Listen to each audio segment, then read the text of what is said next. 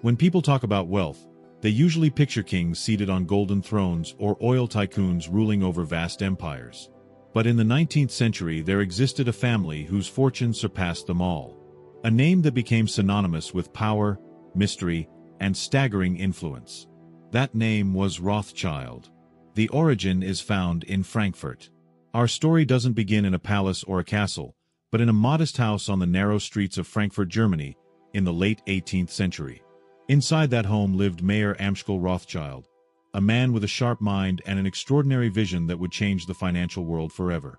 At that time, Europe was divided not only by borders but also by wars, political rivalries, and power struggles. Kings ruled, merchants traded, and most of the population barely survived. Yet Mayor Amschel saw something others didn't. He understood that money, managed intelligently and invested wisely, could bind nations together. To him, banking wasn't simply coins and ledgers, but trust, information, and timing. In his early years he worked as a coin dealer. His ability to spot rare pieces caught the attention of wealthy clients, including local princes. Little by little, his small business grew into something much larger, an expanding financial enterprise. With patience, intelligence, and a deep understanding of economics, he began lending money and managing the fortunes of influential people. But Mayor Amschel didn't want his success to end with him. He had a plan, one that would make the Rothschild name resonate across Europe for generations. The 5 Arrows. He had 5 sons and made sure each one mastered finance, politics, and diplomacy. They were his legacy, his 5 arrows, as the family would later call them. Each son would represent a different branch and carry the Rothschild name to a different European city. One settled in London, another in Paris, one in Vienna, another in Naples, and the last remained in Frankfurt. It was a revolutionary idea, a family banking network spread across several countries, bound by blood and trust. At a time when a message could take weeks to cross borders, the Rothschilds developed ways to communicate faster and more discreetly than anyone else. They used private messengers, coded letters, and their own channels that let them receive crucial information before newspapers or even governments did. When wars broke out, and Europe saw many, this gave them an extraordinary edge. They knew what was happening before anyone else. They could move capital, finance armies, and anticipate outcomes based on information others didn't yet have. And so, from those 5 arrows, a financial empire was born. The power behind the thrones.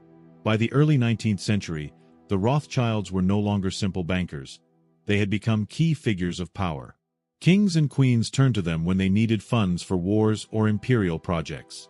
Entire governments sought loans to build railways, industries, and naval fleets. Their influence was neither showy nor loud. It was discreet, strategic, and deeply woven into the fabric of European society. At times they financed both sides of a conflict, making sure that no matter who won, their investment and influence remained intact. Their philosophy could be summed up in one idea: whoever controls the money influences the world. And in many ways, that's exactly what happened. By the mid-19th century, the Rothschild family was considered the wealthiest on the planet. Their fortune was so vast that it was said, half in jest, that even the most powerful monarchs depended on their loans. But it wasn't just their wealth that made them legendary, it was how they used it. Beyond banking, the pursuit of beauty. With prosperity came a taste for art, architecture, and culture. Family members built palaces and gathered masterpiece collections from across Europe. They funded scientific advances, supported hospitals, and contributed to the development of entire cities. They didn't want to be remembered only as bankers, but as drivers of civilization. Their homes weren't simple residences.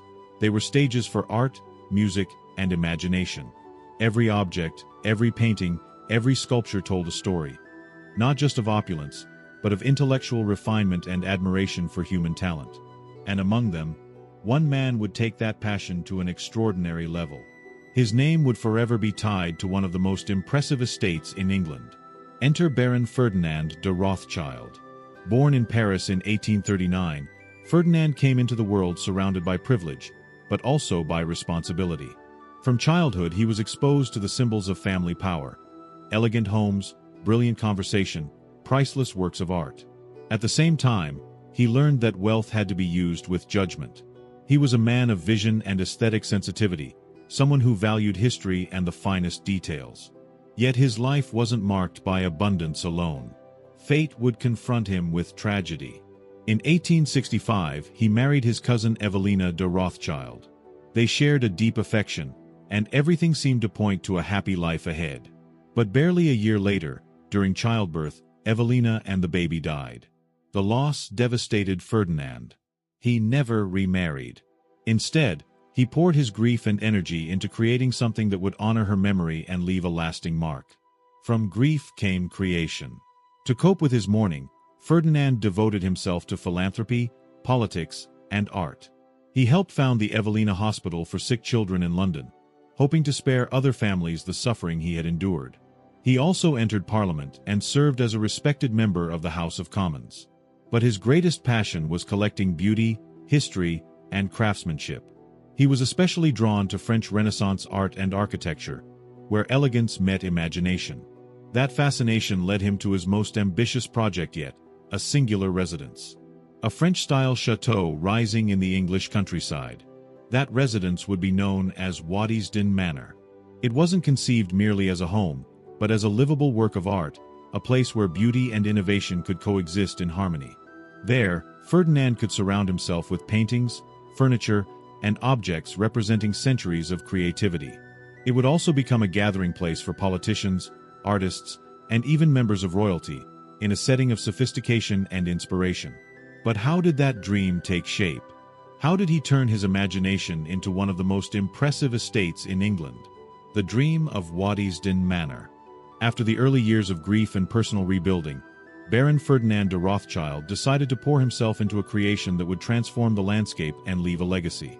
His heart, still marked by the loss of Evelina, found comfort in the pursuit of art and harmony.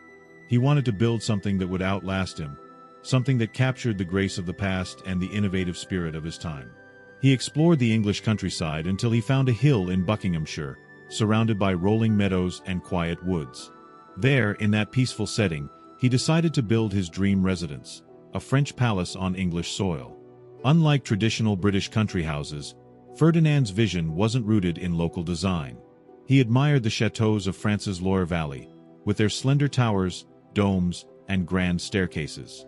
They were buildings that seemed to drift between fantasy and reality. He wanted to bring that magic to England.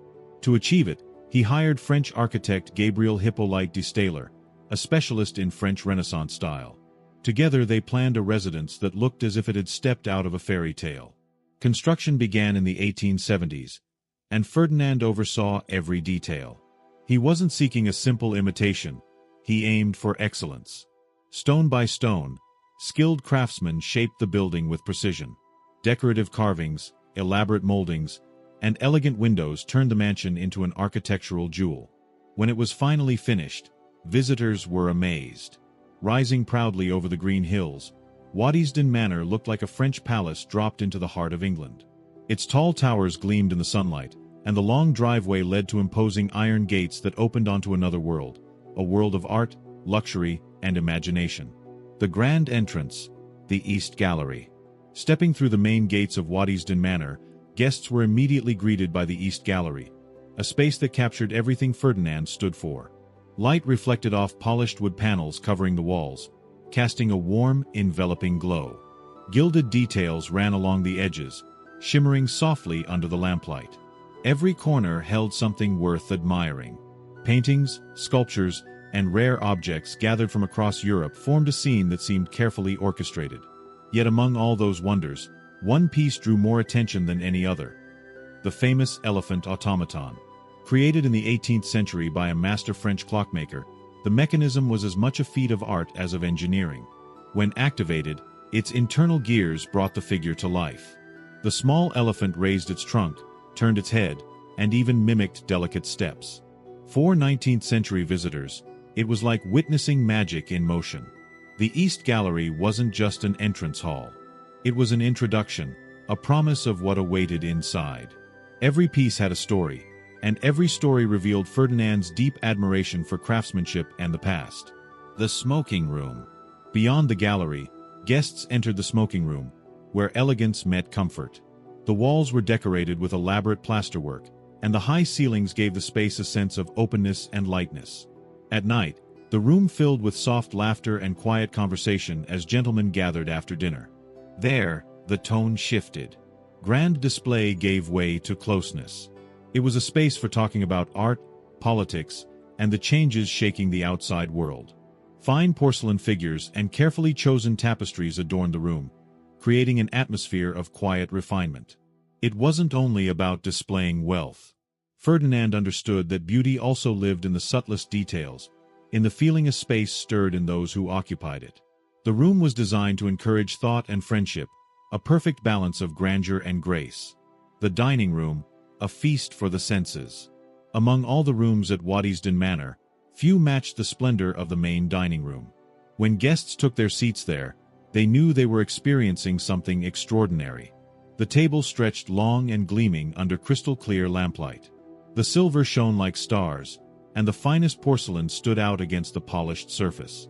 The air filled with the scent of exquisite food mixed with a faint smell of candle wax and the murmur of hushed conversation. But what surprised guests most was the lighting. At a time when most homes still relied on gas or traditional candles, Ferdinand installed electric lights designed to mimic the flicker of flames. The effect was mesmerizing. The room glowed with a golden warmth that blended the charm of the past with the innovation of the present. Even Queen Victoria was captivated during her visit. She had heard stories about the estate's magnificence, but seeing it in person left her speechless. She admired the electric candelabras, remarking on their extraordinary glow. To her, it was a vision of the future wrapped in the elegance of another era. And for Ferdinand, that was exactly the point, to show that progress and beauty could coexist. The blue dining room. Not every meal called for the spectacle of the grand hall. For smaller gatherings, Ferdinand preferred the blue dining room, a more intimate space with clear French influence. Pale blue walls, delicate gold accents, and refined furnishings created a serene atmosphere. It was a room built for closeness. Conversation flowed easily and laughter came naturally. It showed a different side of Ferdinand's taste, less about impressing and more about enjoying company. The grey drawing room, also known as the music room. One of the mansion's most elegant spaces was the grey drawing room. Its soft colors and gentle lighting gave it a special grace. Plaster figures on the walls seemed to come alive under the play of light. Musical evenings were held there. A piano stood prominently by the window, and melodies drifted through the halls, filling the air with harmony. It was a stage where art stopped being something merely observed and became something lived. The room revealed Ferdinand's love of culture, not just collecting it, but weaving it into daily life. The morning room. In contrast to the bright, ceremonial halls, the morning room offered simplicity and calm. It was Ferdinand's personal retreat, a place to read, write, or enjoy a quiet breakfast. Sunlight streamed through the tall windows and fell gently on shelves lined with books and delicate porcelain pieces. Peace reigned there. It was a space where the mansion's grandeur met everyday life. In a way, it mirrored Ferdinand himself, refined, thoughtful, and calm. The red drawing room. If the morning room conveyed serenity, the red drawing room was pure intensity. Stepping inside felt like entering a chamber of fire and gold. The walls, draped in deep crimson fabric, glowed beneath the gilded trim framing every corner. Only the mantelpiece stood free of ornament, offering a visual pause amid so much magnificence. Many visitors were struck by it. The room seemed to pulse with color and energy. It wasn't just luxury, it was a statement. A clear message about the strength and legacy of the Rothschild family. Bold, commanding, impossible to ignore. By the time guests reached this point in the tour, they understood the true essence of Waddesdon Manor. It wasn't simply a residence. It was a vision celebrating the heights of human creativity. Life inside Waddesdon Manor. Every corner told a story. The grand halls dazzled, but the private rooms revealed something deeper. The personal world of Baron Ferdinand de Rothschild. A man who had built beauty not only to display it, but to live within it. The tower room, the library. At the top of the west wing stood one of the estate's most remarkable spaces. The tower room, known as the library. It was a sanctuary for reflection, filled with thousands of carefully chosen books. Shelves rose from floor to ceiling, their dark polished wood reflecting the light softly. The scent of leather and old paper filled the air, mingling with the faint perfume of fresh flowers the staff placed there daily. Sunlight filtered through the tall windows, illuminating the gilded letters on the spines of volumes that had endured for centuries. There, Ferdinand spent long hours in silence. Though known for his social elegance, he was also a man of study. History, art, and politics occupied his mind and filled his shelves.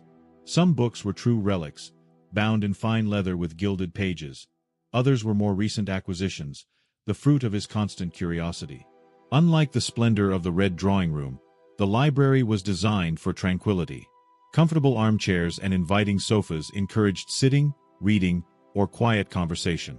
In that space, Ferdinand seemed to show his true self, intellectual, sensitive, and thoughtful. To him, the library wasn't just a room. It was a refuge.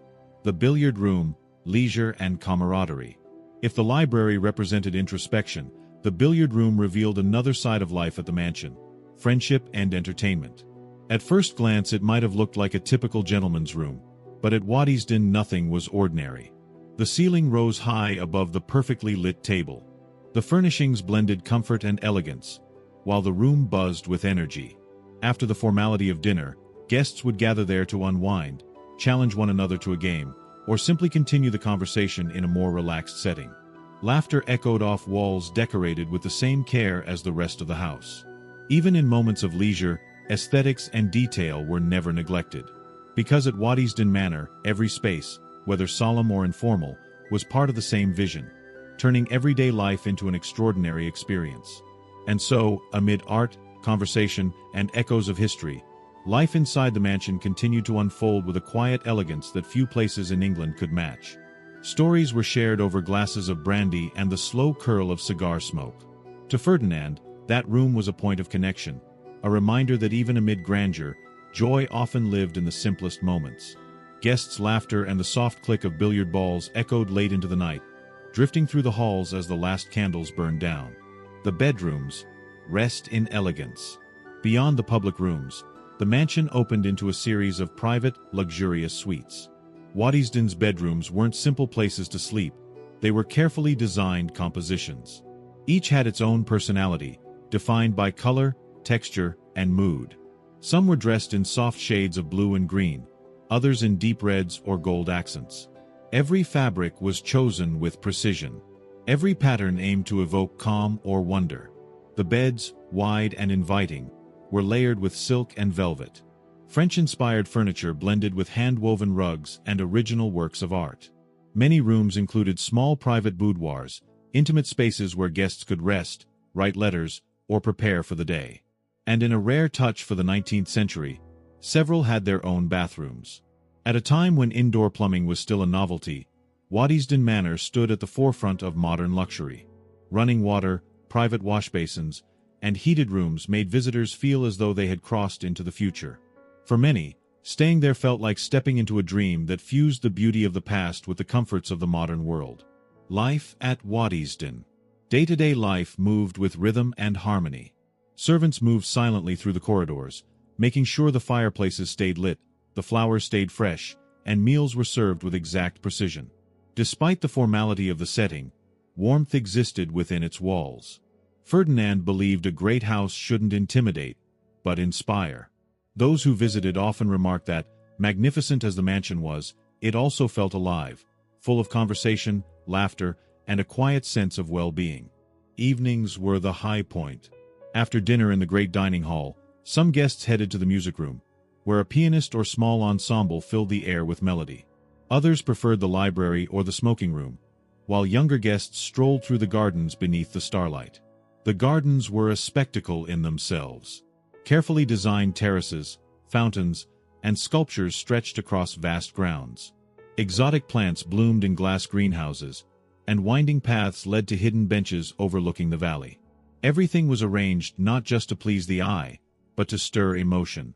Ferdinand wanted his guests to feel transported, pulled away from routine, immersed in a world shaped by imagination. The heart behind the grandeur.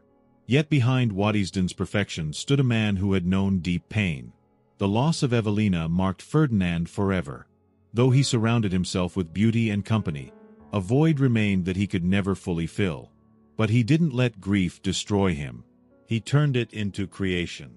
His generosity extended beyond the mansion's walls. The Evelina Hospital for Sick Children in London, founded in his wife's honor, became one of his proudest achievements. There, families without means found care and hope. In this way, his fortune became a force for good. Ferdinand believed that those who held wealth carried a responsibility to share it, not only through donations, but by creating works of lasting value. Waddesdon was part of that legacy too.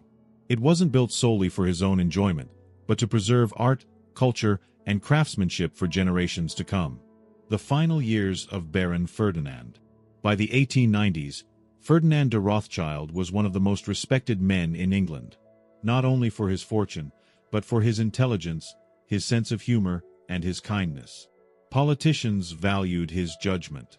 Artists appreciated his taste. Guests remembered his hospitality. But time catches up with even the most influential. His health began to decline, and in 1898, at the age of 59, he passed away. His death was deeply felt, not only by his family, but by all those touched by his work, his philanthropy, and his passion for art. For a time, Waddesdon Manor fell silent. Its grand halls seemed to echo with memories of dinners, music, and laughter that no longer existed.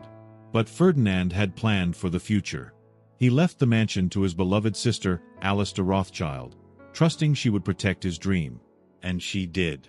Guardians of the legacy. After the Baron's death in 1898, the mansion stood as a monument to human vision. The lights still shone and the chandeliers still gleamed, but the atmosphere had changed. Even so, the story wasn't over. Alice de Rothschild took on the role of guardian. She wasn't a woman easily intimidated. Firm, sharp, and meticulous, she accepted the responsibility with determination. To her, the mansion wasn't simply a property. It was her brother's essence made architecture. She resolved to protect it with almost military discipline. The gardens had to remain immaculate, the artworks perfectly preserved, and every object in its exact place. Staff quickly learned that Alice missed nothing. Her standards became so well known that people spoke of Miss Alice's rules. Every piece had its correct spot. Temperature and light had to be just right to preserve the paintings. Dust wasn't a minor nuisance, it was a declared enemy. Some found her sternness intimidating. But over time it became clear her firmness came from love. She understood the value of what her brother had created and made it her personal mission to keep it intact. Under her care, Waddesdon stayed alive. Gatherings there became more discreet, favoring quiet elegance over spectacle. Thanks to her dedication, much of what visitors see in the mansion today faithfully preserves the spirit of Ferdinand's era. A world in transformation. Meanwhile, the outside world was changing fast. The 20th century brought wars, industrial advances, and deep political upheaval. Yet within the estate's boundaries, time seemed to move more slowly. It was a place where beauty resisted change, where the spirit of the 19th century lived on in every gilded frame and marble statue. Alice lived to see the dawn of a new era. When she died in 1922, the property passed to her nephew, James de Rothschild, who would take up the next chapter as custodian of the legacy. The heir and the historian. James was born into privilege, but also into responsibility. He inherited not just wealth, but a history to protect. If Alice had been a guardian, James became a curator.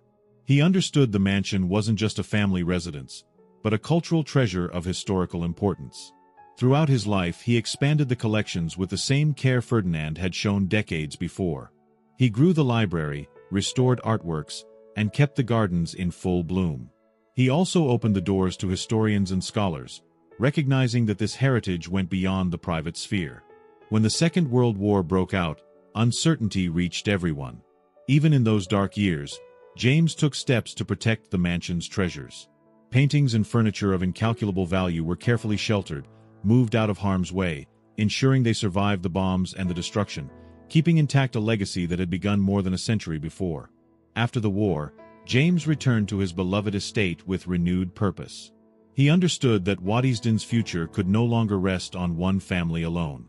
The world was moving fast, and maintaining an estate of such scale had become an increasingly complex task, even for someone of great means.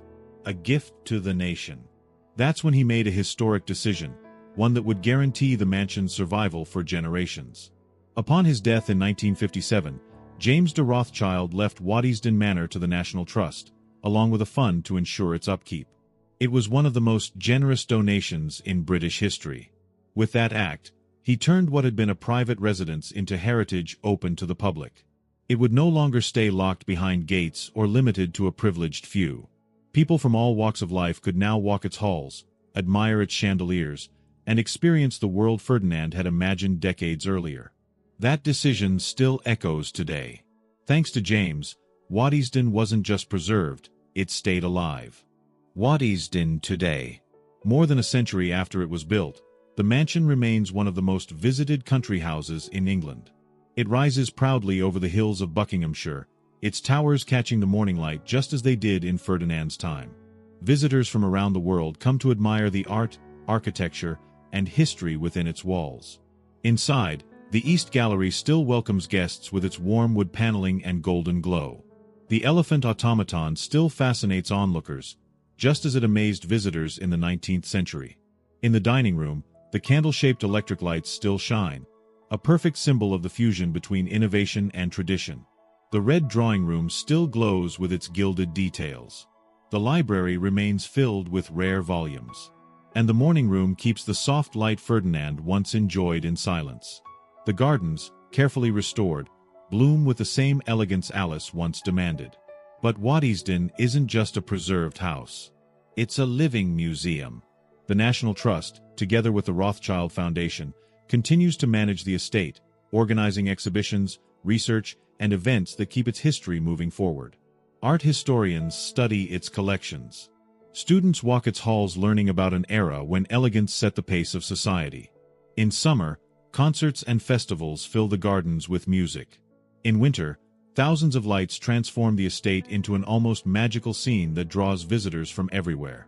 Waddesdon is no longer just a memory of the past. It's a bridge between history and the present. The Rothschild legacy. The story of Waddesdon Manor is, in many ways, the story of the Rothschild family itself. A tale of ambition, creativity, and perseverance. It began on the narrow streets of Frankfurt with a man who dreamed of a financial empire capable of connecting nations. It grew through his sons, who carried that vision across Europe. It flourished with Ferdinand, who turned wealth into beauty. And it endured thanks to Alice and James, who protected and shared that legacy with the world. The Rothschilds were more than bankers. They were visionaries. They understood art and architecture as expressions of civilization. They believed that wealth, used wisely, could create not just comfort, but meaning. And perhaps that is their greatest legacy. When someone walks through Waddesdon's doors today, they aren't simply entering a great house. They are stepping into a story woven from love and loss, from dreams and responsibility, from a beauty that refuses to fade. Every painting, every sculpture, every carved piece of wood seems to whisper the same message. True greatness isn't measured in gold or numbers, but in what we choose to build and preserve for others. A house that's still alive. As the sun sets over the English countryside, Waddesdon Manor stands elegant and serene, heavy with memory. The soft light reflects off its windows, as if centuries of history were preserved within the glass. And in those golden shadows, one can almost picture Ferdinand walking the halls, pausing before a favorite painting, listening to distant laughter drifting from the music room. His dream, born of love and also of grief, continues to shine. Because Waddesdon isn't just a building. It's a promise. A promise that beauty, generosity, and vision can outlast time. And so, long after the family stopped calling it home, its story remains. A story carved in stone, gilded in gold, and alive in every visitor who walks through its doors. That is the world of the Rothschilds. That is the legacy of Waddesdon Manor.